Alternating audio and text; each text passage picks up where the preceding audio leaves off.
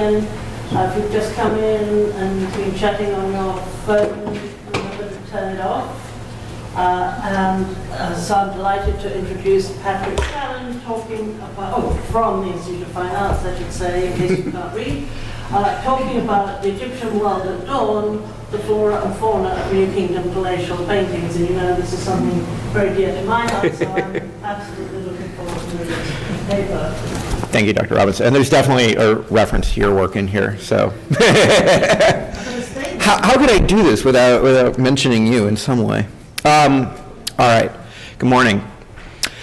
The palaces of the New Kingdom, of the Egyptian New Kingdom, were the primary arena for interaction between the royal family and their subjects. As such, these structures needed to operate in a manner that conveyed aspects of royal ideology, demonstrating not only the king's ability to rule, but also his right to rule. The nature of the king as a semi-divine being ensured that these needs were met through his connection to the gods. Yet for decades, Egyptologists have wondered about the exact nature of this component of kingship and how it made manifest on earth, specifically the living king as opposed to the dead king. The palace, as an appropriate seat of power of the king in this world, can undoubtedly provide answers. Recent studies of Egyptian palatial architecture and literary references to the palace have demonstrated that these buildings functioned as a microcosm for the divinely created universe.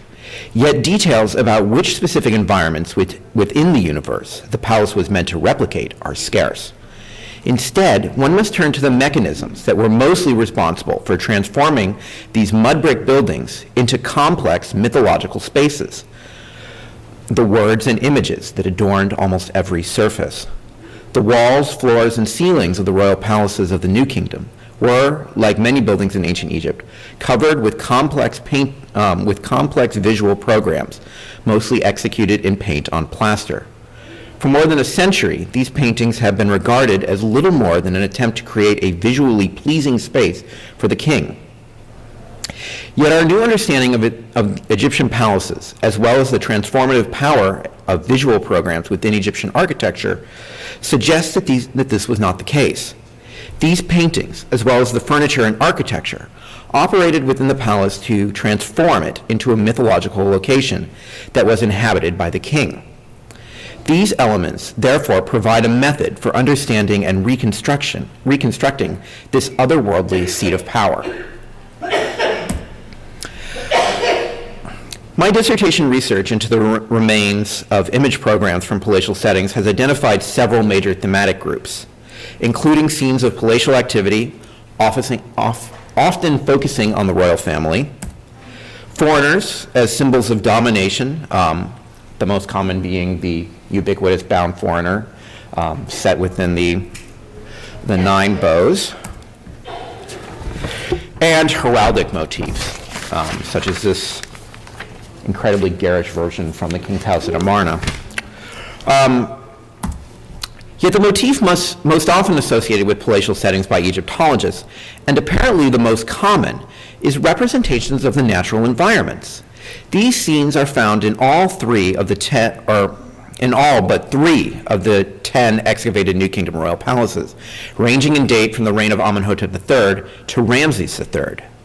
Most often, these environments take on the form of Nilotic or riverine motifs, depictions of the animals and plant lives of the marshes that dominated the environs of the Nile in ancient times. The environmental setting, mostly composed of tall stands of papyrus, is home to several varieties of animals, which are used in often repeated tropes, namely the duck taking flight and the leaping calf. Luckily, the incredibly precise and detailed nature of these images allows the flora and fauna to be quite easily identified, while many of the other motifs found in palaces are rather easy to incorporate into known concepts of kingship. The naturalistic motifs, in particular, are more difficult, often leading to them being interpreted as merely decorative or meant to provide a relaxing environment for the king.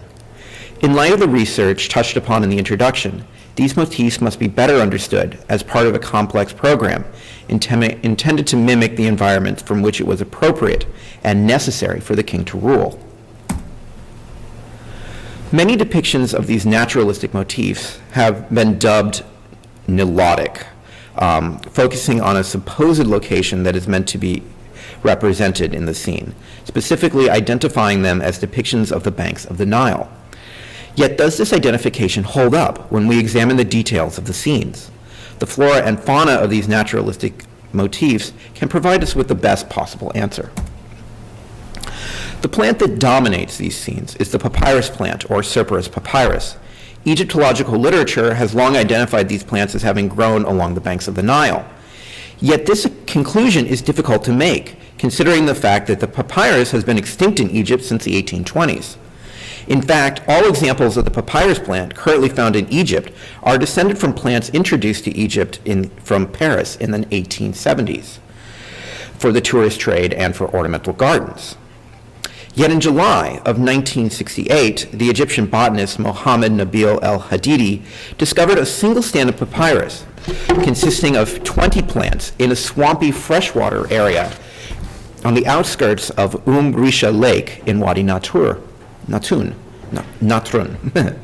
He concluded that these plants were growing naturally and were descended from ancient plants rather than those reintroduced to Egypt in the 19th century.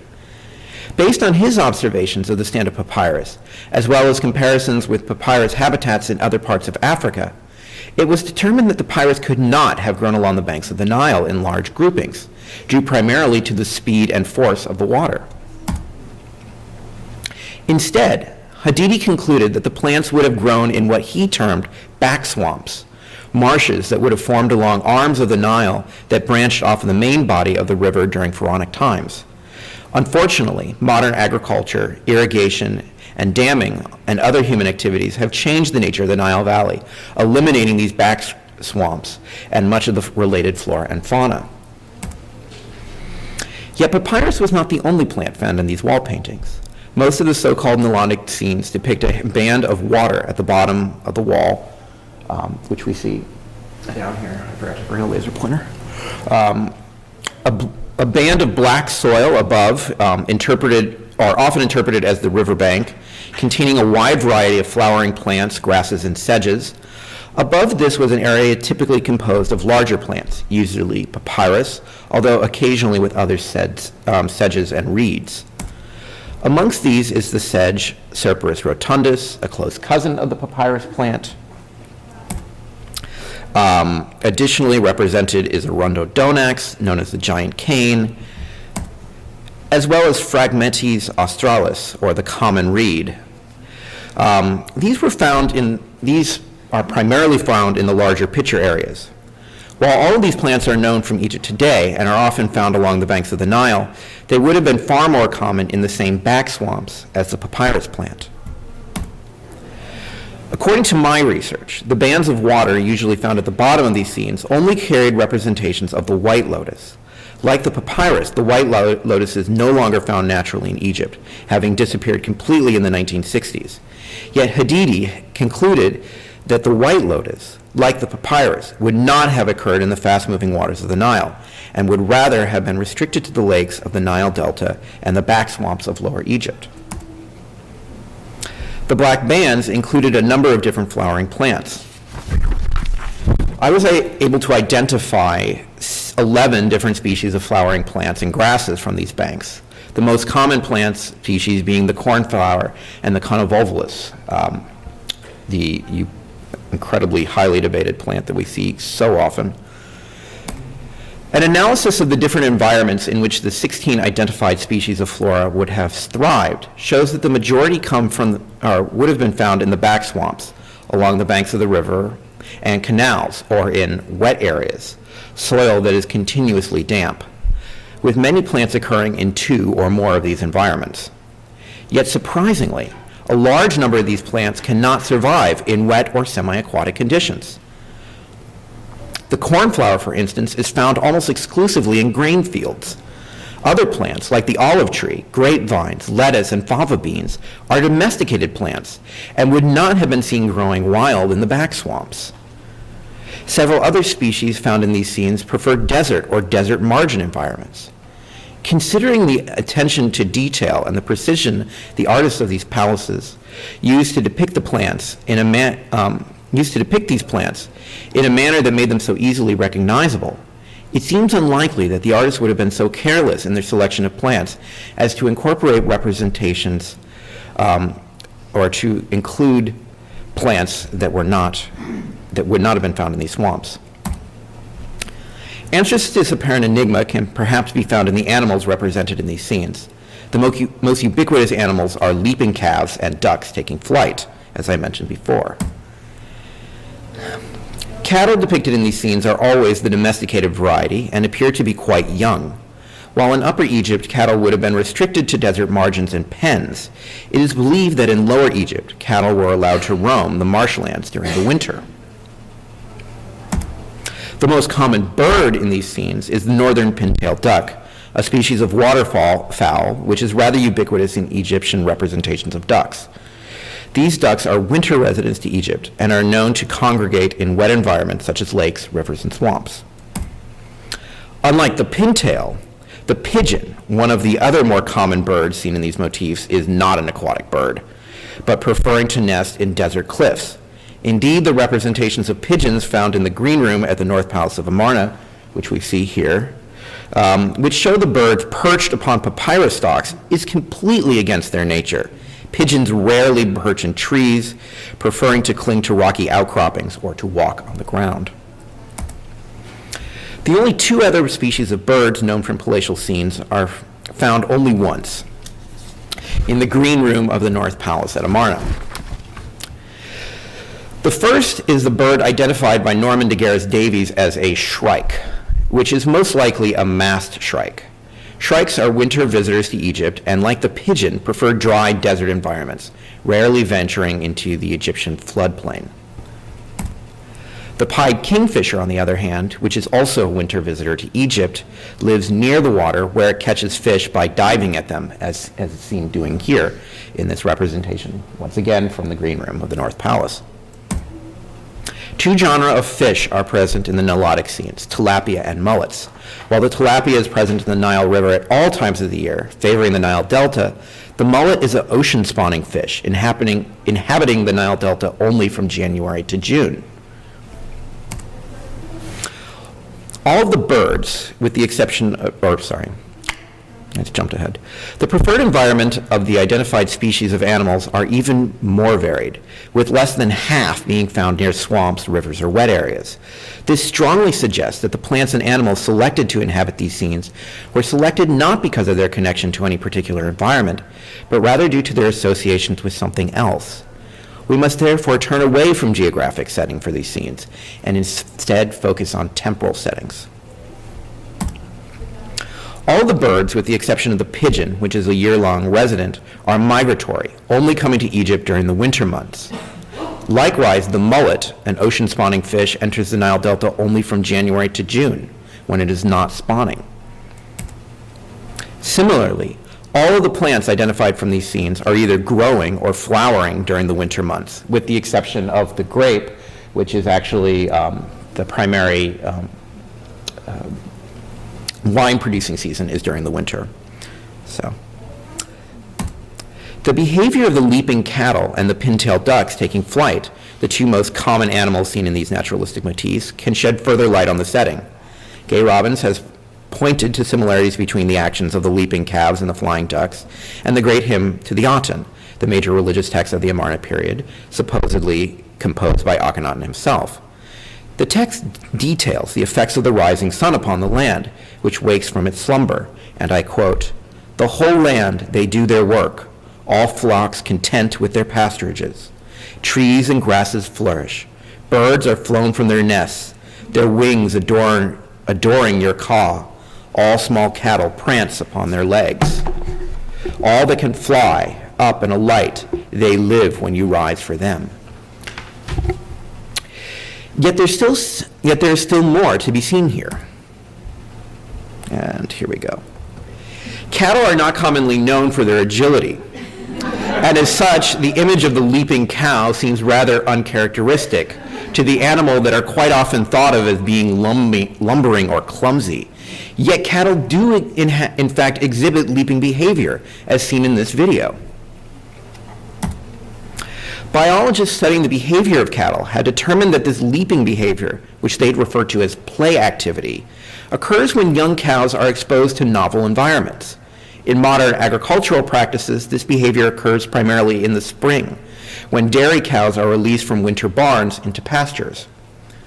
In ancient Egypt, the behavior would have been observed in the winter, when cattle, presumably restricted to small pens or limited pastures at the desert margins during the preceding inundation, would have been let loose into larger feeding grounds, which, according to Douglas Brewer and Donald and Susan Redford, may have included marshlands.